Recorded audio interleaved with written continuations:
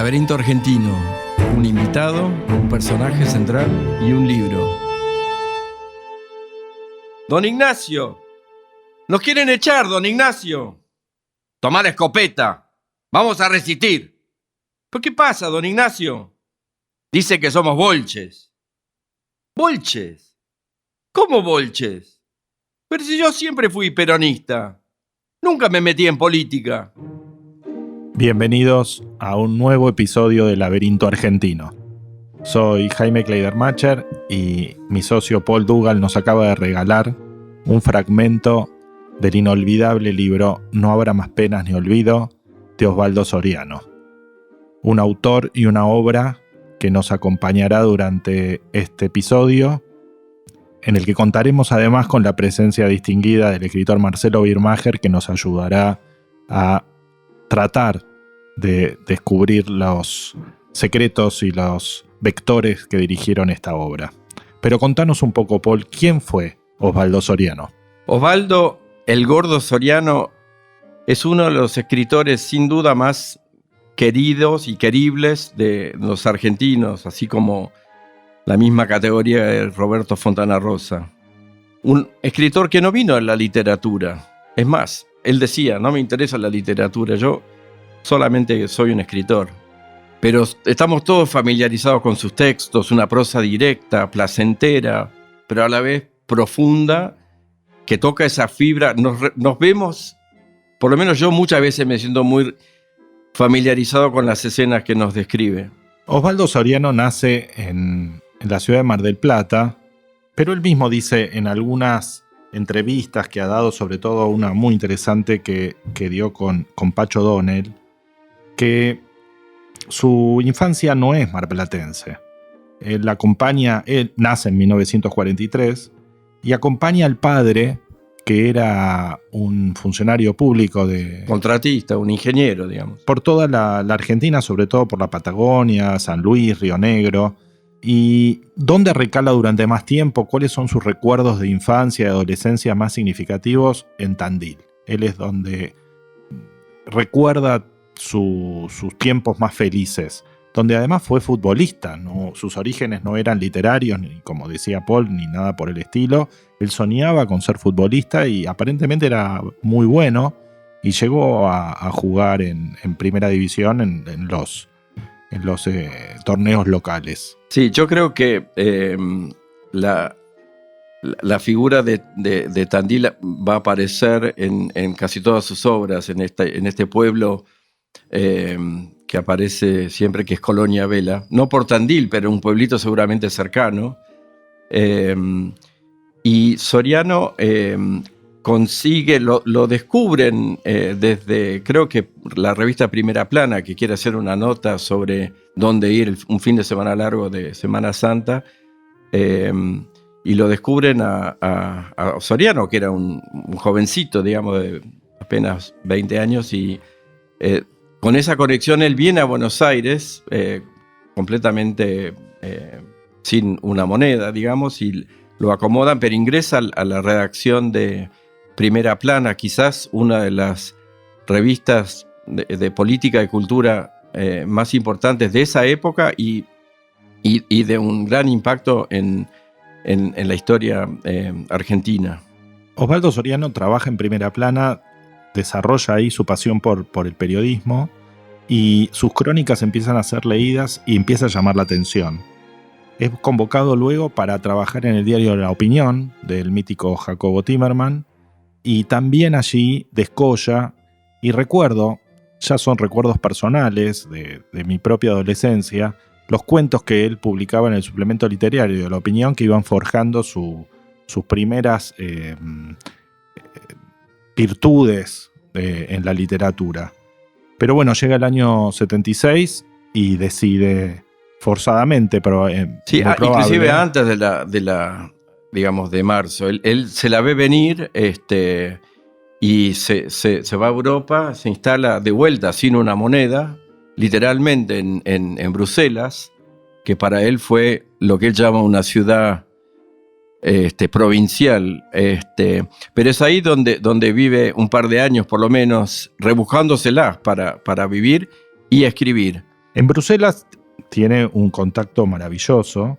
Primero se casa en Bruselas, ¿no? Se enamora y se casa. Luego se instala en París y conoce a Julio Cortázar y a Carlos Gavetta, a quien se lo habían presentado, y con ellos funda una revista que coedita durante varios años, que trataba sobre la situación de los países latinoamericanos,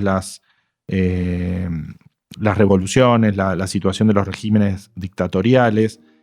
Esos contactos que él tenía con Julio Cortázar en París le abren la puerta para la publicación de sus novelas más importantes en aquel entonces. Esas novelas fueron dos novelas icónicas de él, No habrá más pena ni olvido y Cuarteles de invierno. La editorial Bruguera en España efectivamente decide publicarle esta primera, que tuvo un éxito inimaginado. Y los pocos ejemplares que llegaron a Buenos Aires en esa época vuelan de las librerías. Y después Bruguera decide publicar esa y Cuarteles de invierno en Buenos Aires, y es un éxito editorial extraordinario. Bueno, esas novelas después van a ir al cine, van a empezar un romance entre nuestro querido Soriano y las películas. Olivera filma No habrá más penas ni olvido con un enorme éxito. Otros títulos de él también son llevados a la pantalla grande, e incluso escribe algún guión que llega también al cine. Tristemente, Soriano, que disfrutaba vivir, un tremendo fumador, y le gustaba la ginebrita, como decía él, muere muy joven, creo que a los 53 años, de un cáncer de pulmón, y es recordado con mucho cariño por sus colegas y por supuesto por todos nosotros. Bueno, vamos a hablar hoy entonces de qué significó la obra de Osvaldo Soriano, y para eso contamos con la presencia de Marcelo Birmacher, un queridísimo escritor al que le vamos a dar la bienvenida.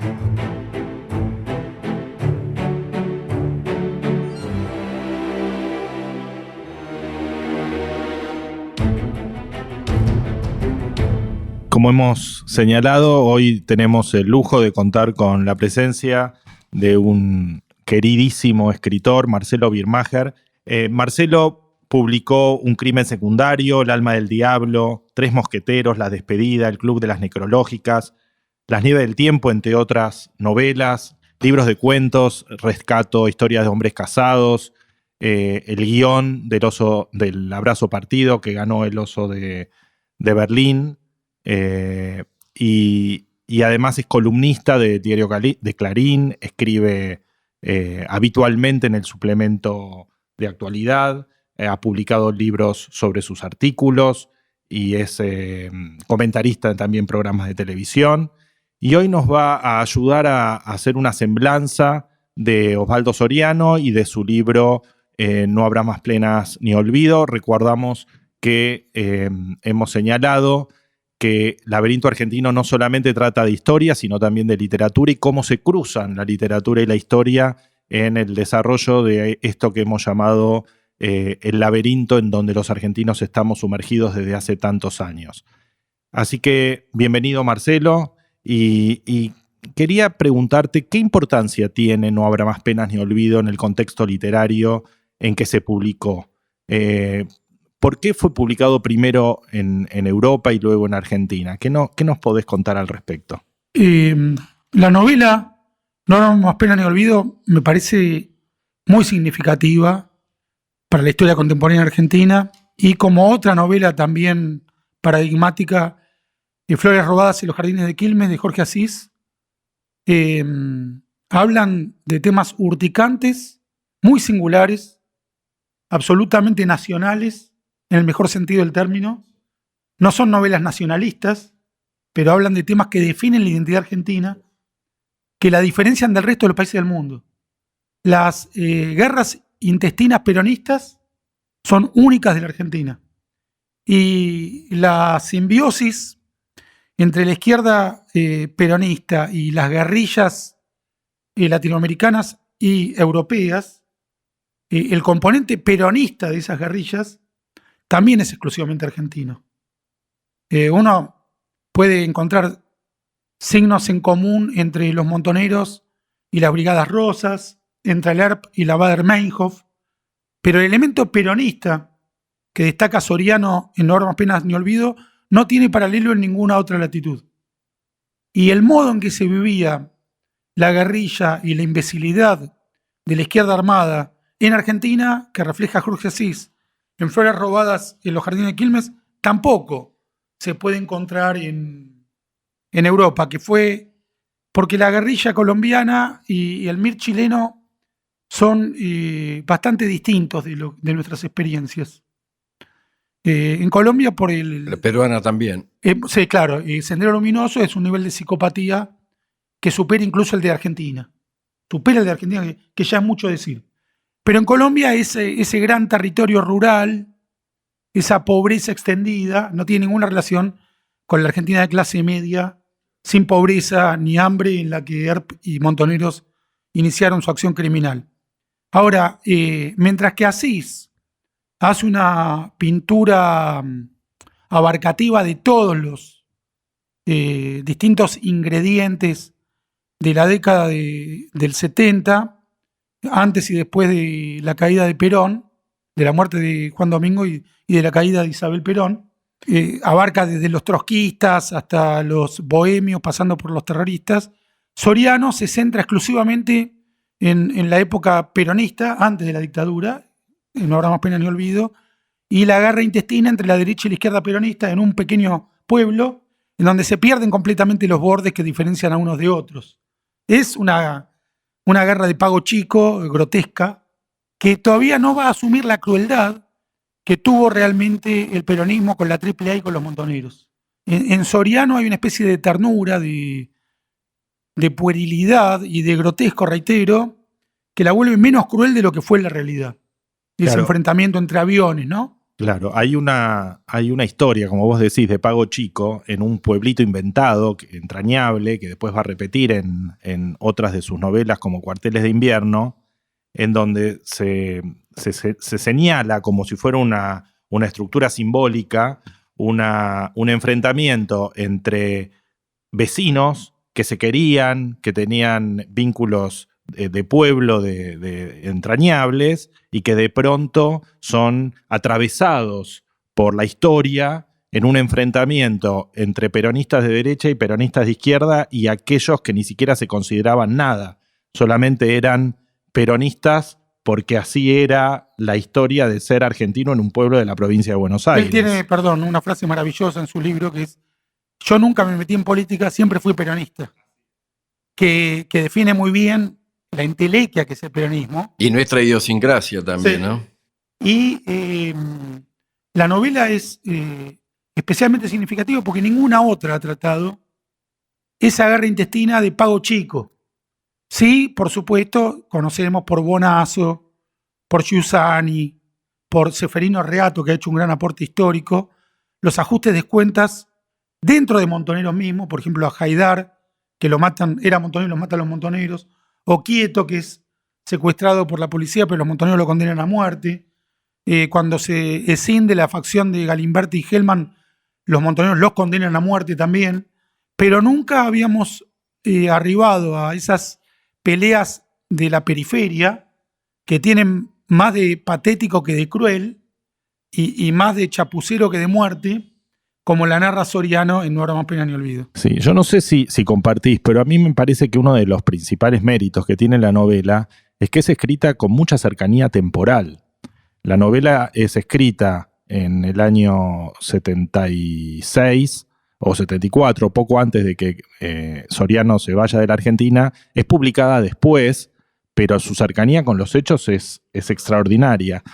Y hay un recurso estilístico utilizado en la novela que me parece que de alguna manera está vinculado con esa cercanía en el tiempo, que es la distancia en contarlo. Es como que el autor no quiere involucrarse con su pensar en ese enfrentamiento, sino que lo describe a través de los hechos que señala y los diálogos que interesante incluye. eso que marcás, porque después en toda la obra de Soriano, no se podría llamar ensayística porque son crónicas, pero en Artistas Locos y Criminales, cuando él describe a Robledo Puch o al Gordo y el Flaco, o personajes que adora o que previsiblemente podría despreciar, lo narra siempre con distancia.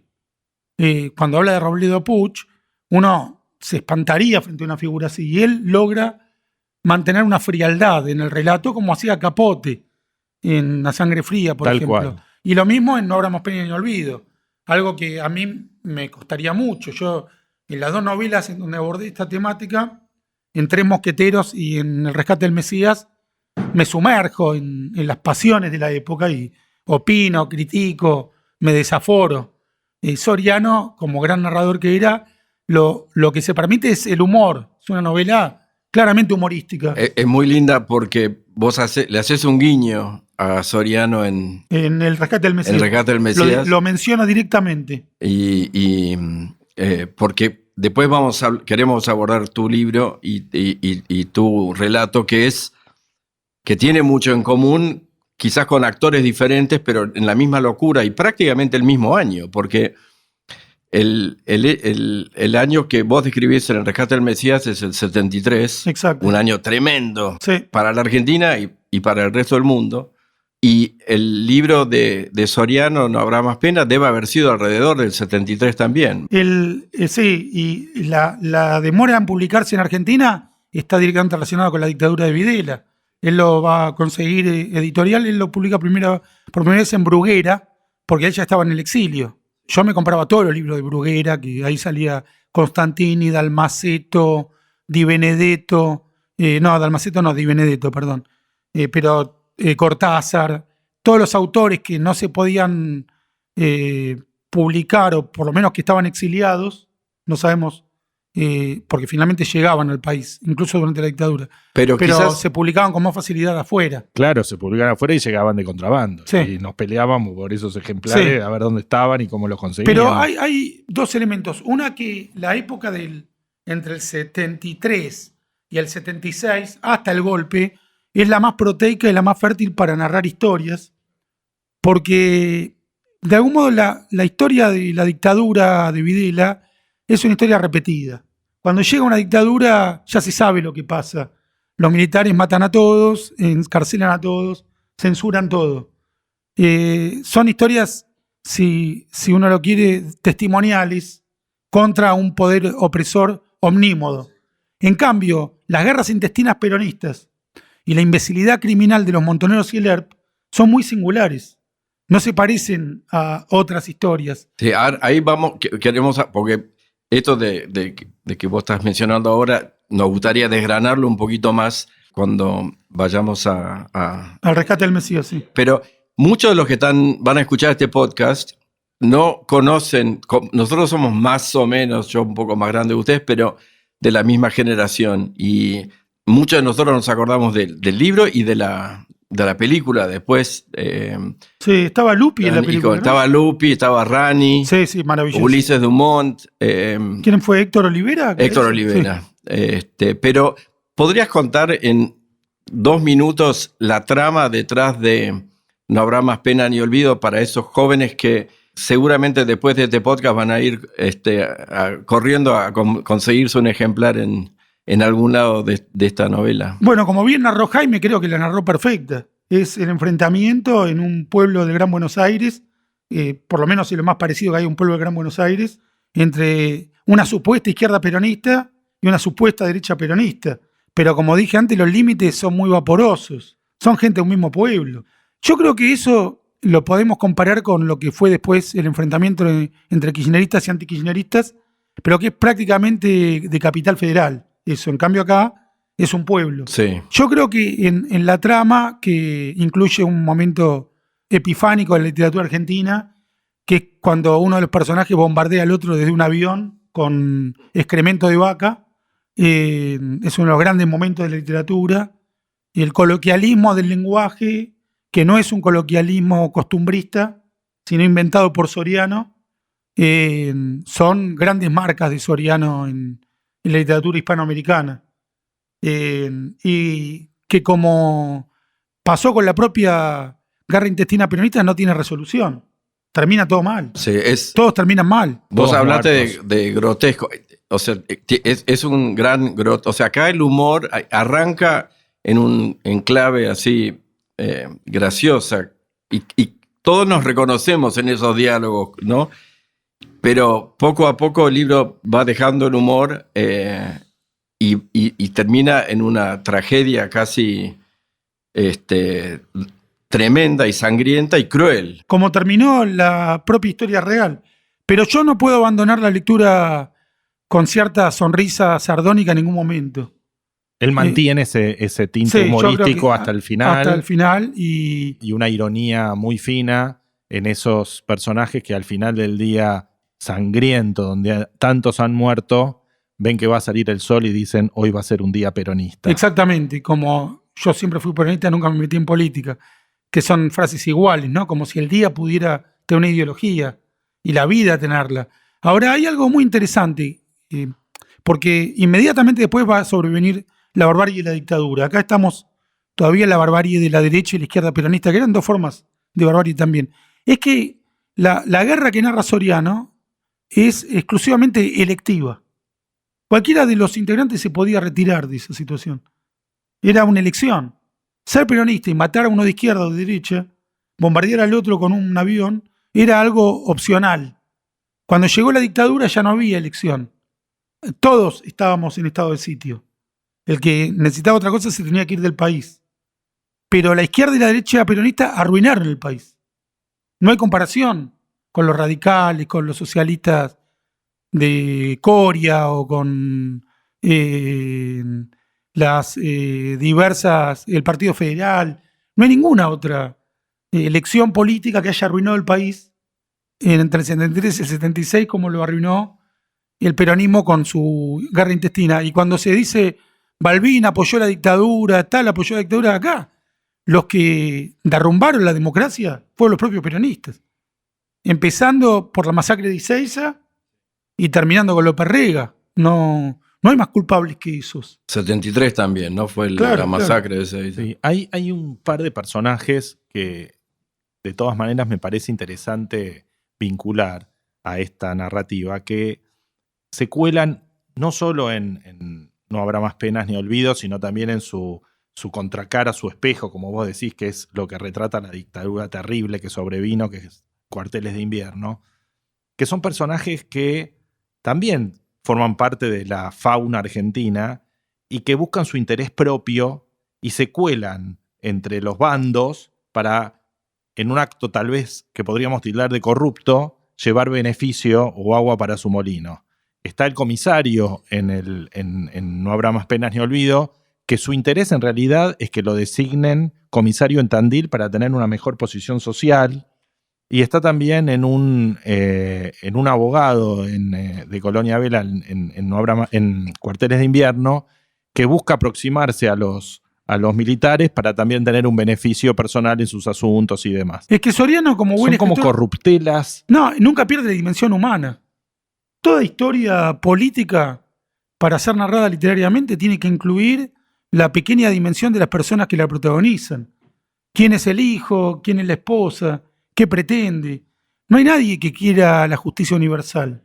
Todos queremos algo particular.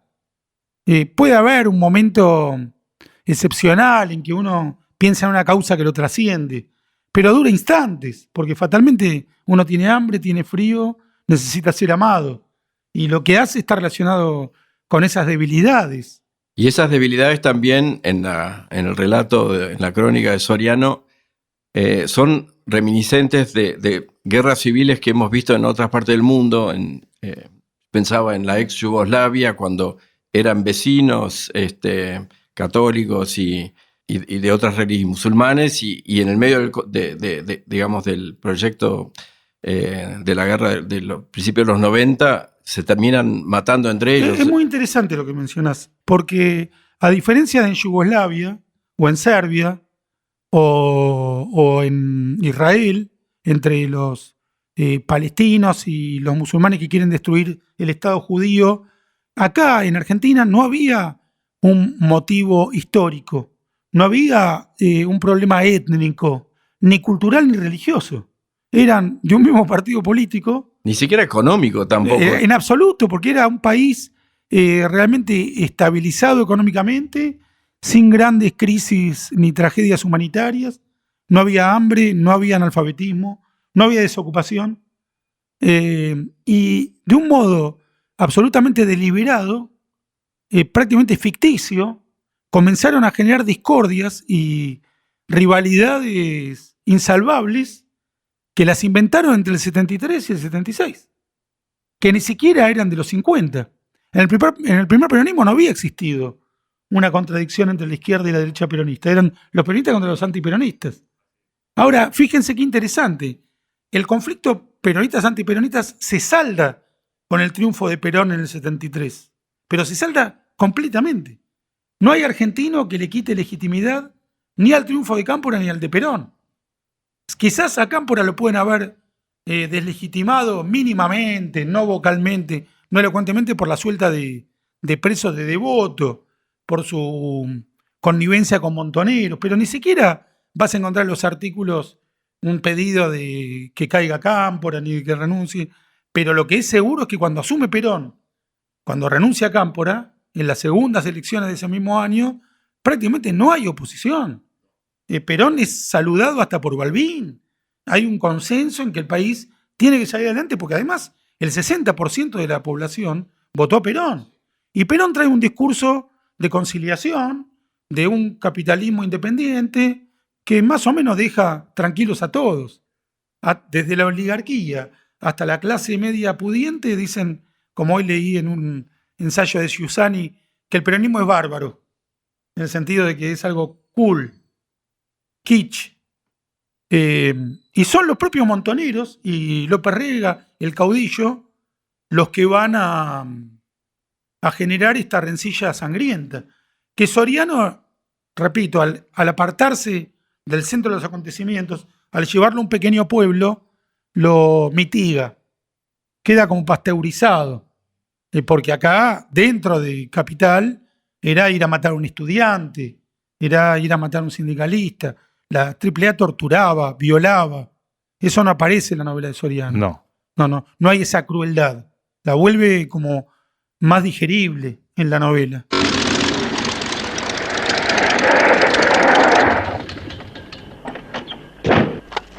Levantá las manos y bajá. Anda la reputa madre que te parió. Sacalo, petizo. ¿Qué haces, pendejo? Bajá, vamos, bajá. ¿Qué pasó, che? ¿Ensucié mucho el pueblo? No te hagas el piola que acá se te termina la cuerda, payaso. ¡Bajá! No. Si me vas a matar, mejor que sea acá. Pará, petizo. ¿Quién te manda? ¿A mí? Nadie. Yo no recibo órdenes, viejo. Nunca. Por eso siempre ando dando vueltas por ahí. ¿Por qué lo defendés? ¿A quién? Al coso ese. El delegado. A Fuente. Ah, porque es peronista. Y buen tipo. Peronista. Danos un nombre y por ahí te salvás. ¿Un nombre? ¿Con quién te ves? ¿Con quién hablas de política? ¿Cuál es tu mejor amigo? Ah, Torito. ¿Dónde está? Acá. Torito viejo y peludo. 5.000 horas de vuelo. Ni tos tiene. Sos un boludo. Hacerte matar al pedo. Dale, petizo. Pendejo, gorilón. ¡Cállate, querés! Niño bien pretencioso y engrupido. ¡Viva Perón! ¡Viva Perón! Me gustaría hablar un poco de tu obra vinculada a la misma época. Vos lo mencionaste al principio de esta charla y yo lo recordaba anoche, un libro muy, muy querido por mí, que es tu novela Tres Mosqueteros, que ayer la saqué de la biblioteca y la releí un poco, que creo que es del año 90, o sea, ya tiene... 2001, se publicó en 2001, la tengo que haber escrito, la empecé a escribir en el 98. Bueno, es una novela que trae toda la historia de Montoneros y la barbarie en un doble juego temporal, porque vos trabajás el presente, una historia de uno de esos tres mosqueteiros, como vos lo llamás, que viene de Israel en busca de su pasado, y en el raconto hablas de esos 3 amigos, 2 de los cuales habían ingresado en el mundo de la subversión a partir de su ideología marxista en la que habían abrevado.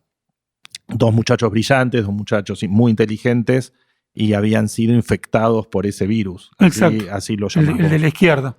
Es una novela que, independientemente de la tragedia, también está cruzada por el humor. Es un recurrente en tu obra, tenés mucho sentido de humor y se plasma en tu narrativa y hace más digerible la lectura de esas tragedias.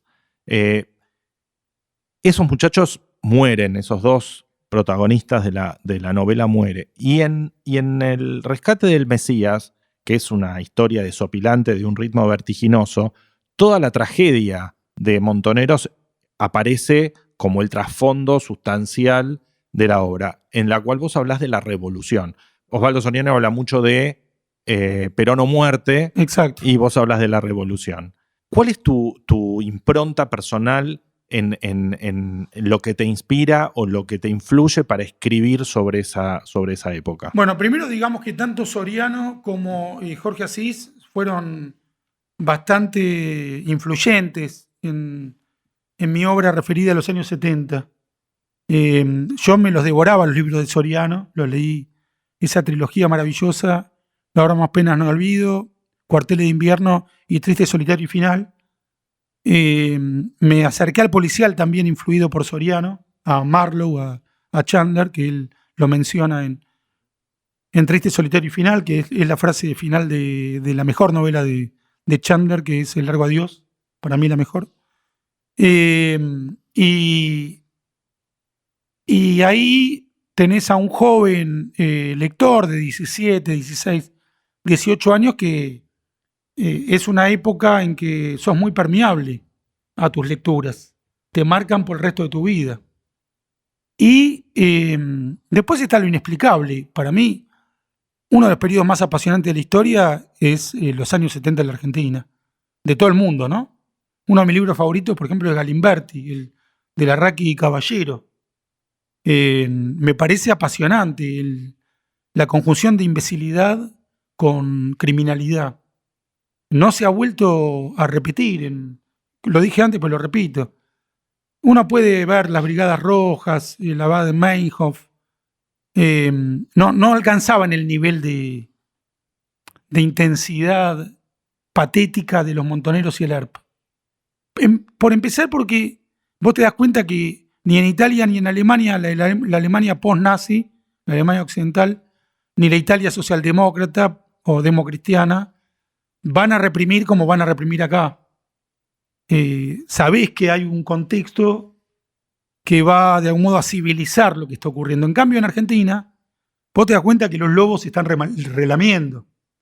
Que mientras los corderos se volvieron locos y juegan a ser lobos, Sí.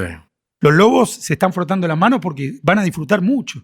Vos usás una figura literaria que a mí me encantó, o sea, a mí también, yo lo disfruté mucho tu libro, la figura de esta banda llamada Los Nativos. La verdad que son 4 muchachos del 11, Abramovich, no sé cuál otro, y uno era del ERP, otro era de Montoneros, Uno maoísta. uno de la larga marcha maoísta y alguno más. Pero la verdad que una manga improvisados, cada Claro. uno con su utopía, pero una utopía hasta de corto alcance, no Sí. era una cosa muy... Ninguno había leído aquellas ideologías a las que se había entregado. Hay aparece del texto una cierta banalidad, hablábamos con Jaime, detrás de estas ideologías. No son ideologías profundas asociadas a causas, sino son casi una moda, porque hay que entender esto también en el 73, en el contexto más latinoamericano, digamos, antiimperialista y con la utopía de la Revolución Cubana, ¿no? Claro. Ahora, en Italia y en Alemania, no sé si directamente no existió la tortura en la represión de la Baden-Meinhof y de la Brigada Roja, o no llegó a popularizarse mediáticamente que haya existido. pero prácticamente no existió, mucho menos las violaciones. En cambio, en Argentina, los represores, tanto de la derecha peronista como de la dictadura, sobre todo de la facción macerista, miraban a esas chicas de entre 17 y 25 años que tomaban las armas diciendo, qué bueno que las vamos a poder violar. Y los protagonistas de esa subversión estaban completamente inconscientes del peligro que los aguardaba. Consideraban que ellos iban a poder matar sin que los maten, como si fueran hombres invisibles, como si matar a un sindicalista, a un militar, a un oficial, no tuviera ninguna consecuencia. Y eso es interesante cuando empiezan a hacer las denuncias, ¿no? Las denuncias que, por supuesto, la tortura, las violaciones, la apropiación de niños tienen que ser juzgadas, como lo hizo Alfonsín finalmente, que es interesante, no lo hizo un gobierno peronista. La investigación y castigo de esos delitos. De hecho, ¿no? los peronistas propugnaban la amnistía. Exactamente. En esa época. Pero cuando denuncian, hay una perplejidad de los denunciantes montoneros y del ERP sobrevivientes que, pero ¿cómo nos iban a matar a nosotros? No había una concatenación de acontecimientos de si yo maté, me van a matar. Alguien se va a reaccionar frente a mi frente a mi homicidio. No, Claro. es yo tengo derecho a matar, pero el pariente o el camarada del que yo maté no tiene derecho a matarme a mí. Y el otro elemento, ese es primigenia, ¿no? Pero después otro larval, o digamos que ya no entra dentro de la lógica de la venganza, es cualquier observador no politizado se daba perfectamente cuenta de que si un judío, como en mi novela El rescate del Mesías o Tres mosqueteros, tomaba las armas contra el Estado argentino, la derecha armada que lo iba a reprimir era necesariamente antisemita y lo iba a torturar y a violar y a apropiarse de sus hijos por ser judío. Claro. Además de por ser guerrillero, por ser judío. Y tenía que ser por lo menos consciente de eso. No sé qué decisión tomarías posteriormente, pero no eran conscientes. Y además que los grupos armados en los cuales militaban estaban en contra de la identidad judía y en contra del Estado judío. Propugnaban la destrucción del Estado judío. Y esos judíos entregaban su vida. Era una doble utilización, para digamos. Exactamente. Para un proyecto que amenazaba a ellos mismos y a sus familias. Los padres de jóvenes judíos que integraron el ERP y Montoneros vieron perecer a sus hijos violados y torturados y apropiados a sus nietos, sin comerla ni beberla. Era gente que los había mandado a estudiar a la universidad, que se habían hecho de abajo, que habían realmente ejecutado la justicia social, habían llegado como inmigrantes pobres y por medio del trabajo habían logrado un mundo mejor. Y sus hijos no solo arruinaron esos mundos ese mundo que esos padres habían logrado, sino que arruinaron a sus propias familias, que ahí está la dimensión humana. Y fuera del tema específico de los judíos, tenés el caso de las mujeres. ¿Cómo una mujer embarazada participaba de la guerrilla? ¿Era consciente de que le iban a apropiar a los hijos? ¿Era consciente de que le iban a violar estando embarazada? Bueno, salvo ellos, todo el mundo era consciente de que eso iba a ser así. Y ahí hay algo, yo creo que peor que la ignorancia. Es una suerte de provocación contra el destino. Porque, repitamos, no era obligatorio. No era obligatorio. No había ninguna compulsión. Por ejemplo, los partisanos contra Mussolini no tenían otra opción. No había salida. Defendían su vida porque habían sido previamente atacados. Exactamente. Acá había... Vos te podías quedar en tu casa. Ellos generaron un clima de violencia y de muerte que no había existido ni durante la dictadura de Onganía, ni durante la dictadura de Lanusse, y mucho menos durante el gobierno de Iliga. Onganía, en su máxima expresión represiva, apaleó a los profesores universitarios en la noche de los bastones largos. Algo terrible, pero que no tiene comparación ni con el asesinato de Rucci, ni con el asesinato del comisario Cardoso, Ni con la ESMA. ni, por supuesto, con lo que va a venir después con la dictadura, que ya se van a perder completamente los estribos, ¿no? Pero tengo que repetir, Montoneros y ERP generaron un clima de violencia salvaje como no había existido nunca previamente. Y, por supuesto, la derecha peronista los supera. Sí, hay Porque algo, también hay que reconocer, cierro con esto, que ni Montonero ni Negret torturaban ni violaban. Eso no lo hicieron. No torturaron y no violaron. Y eso, dentro de su criminalidad, los distancia de la derecha peronista y de la dictadura militar, que atravesaron todavía más límites. Perdón. No, para terminar también, esta sensación en tu libro de una especie de intoxicación con la violencia asociada con la banalidad, es como que no tenía precio La vida. y especialmente lo que vos llamás la violencia de abajo, es esa violencia como justificada como reacción a la opresión. Que era ejercida por una clase media acomodada. Claro. No por los que menos tenían, que Era una construcción casi. completa, y que incluso los que menos tenían no tenían hambre, ni eran desocupados. Era una Argentina que hoy casi no podemos imaginar. Pero Giussani tiene una reflexión excelente, que es: si los montoneros hubieran podido lograr la revolución sin violencia, no la hubieran hecho.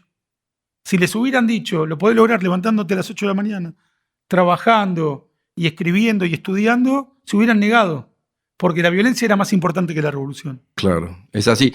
Vos hablabas de mujeres embarazadas. La otra figura que aparece solapadamente, pero aparece en tu novela, es la de la homosexualidad. Y cómo también, digamos, no había lugar para el homosexual. Exacto. Dentro de Montoneros o dentro de... Eso es un tema muy interesante. La primera guerrilla destacable argentina, la de Massetti, el EGP, el Ejército Guerrillero Popular, expresa dos formas homicidas que van a ser perdurables en la guerrilla. Una, tiene un manual del guerrillero rural que anticipa que si encuentran a dos personas teniendo sexo del mismo, dos hombres teniendo sexo, van a ser ipso facto asesinados. Ahora, ¿a quién se le puede ocurrir, cuando sale a la guerrilla en el monte salteño, estipular eso en un manual del guerrillero? A un psicótico, a un débil mental. ¿Cómo te pones a pensar qué hacer si encontrás a dos hombres teniendo sexo? Eso solo a Torquemada se le puede ocurrir. No hay una manera de categorizar el nivel de locura de Massetti. Uno puede pensar que lo pensara, ¿no? Que acuñara en su interior esa idea, pero escribirla, ¿por qué? ¿Por qué se le ocurrió eso? Esa es una. Y la otra es que mata a los únicos dos judíos que tienen su plantel. Hay dos judíos que participan de esa guerrilla y él los asesina a los dos. Entonces era homofóbico y nazi.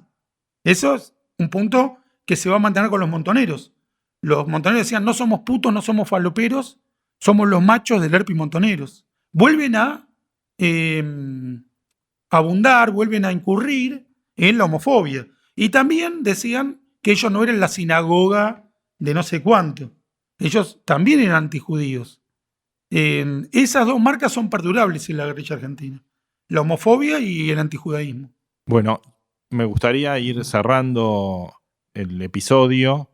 Sabés, Marcelo, que nosotros siempre le preguntamos a nuestros invitados en esta construcción del laberinto argentino por el cual transitamos y en esta búsqueda de una salida que pretendemos, teniendo en cuenta esta época que ha sido retratada también por Soriano y por vos también en tus novelas. Primero por Soriano, porque perdón que te interrumpa, pero en el absurdo de Soriano, y no damos penas ni olvido, hay de algún modo un permiso para el absurdo que yo tomo de estas, como bien vos decías, de las construcciones teóricas, ¿no? Acá hay un símil Perdía que habla de que está por venir un Mesías porque hay una monja embarazada, y que puede parecer inverosímil cuando uno lo lee, pero si uno escucha los discursos de el edecán montonero, que ellos tenían un capellán que se llamaba Adur, era un cura montonero, como un papa montonero, no es tan distinto de las locuras que enhebran mis personajes en mi novela, ¿no?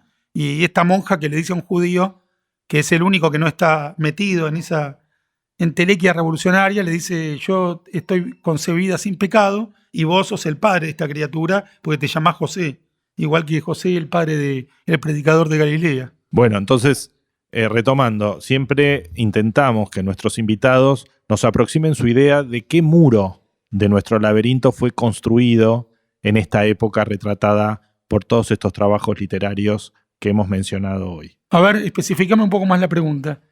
Por ejemplo, ¿qué se sigue repitiendo hasta el día de hoy, de aquella época que obstaculice un tránsito Muy hacia bueno. una salida? Excelente pregunta. Está bien el planteo del laberinto argentino, está muy bien, está muy bien. Porque además lo construimos nosotros, ¿no? No es un asedio, es un laberinto. Es excelente la definición. Bueno, yo creo que con el advenimiento del kirchnerismo se instauró nuevamente una pedagogía guerrillera que dura hasta el día de hoy. La idea de que los guerrilleros eran héroes, de que la dictadura surgió antes que la guerrilla y que los guerrilleros se fundaron para combatirla. Fue exactamente al revés. En una Argentina democrática, donde el pueblo había votado por el 60% a Juan Domingo Perón con toda legitimidad y que tenía un discurso constructivo, el último Perón, la guerrilla se alzó para derrocar el sistema democrático, imponer de manera violenta una ideología que no tiene un nombre específico, porque no era necesariamente el socialismo, no era el peronismo, sabemos que era violento, pero no mucho más, y reivindicar eso como una lucha antidictatorial es una falacia y tiene una notoria intencionalidad, que es acallar cualquier discurso disidente del kirchnerismo con nuevos próceres y nuevos ideales. Ese es un muro que se ha levantado y que obstaculiza la lectura de nuestra historia. Y acá esto es muy interesante. Nosotros no necesitamos dirigirnos hacia una utopía. Nosotros no necesitamos hacer un cambio radical de nuestra vida nacional. Nosotros necesitamos dominar la inflación, exportar carne, distribuir trabajo, tratarnos de manera indiferente. No necesitamos la fraternidad acá.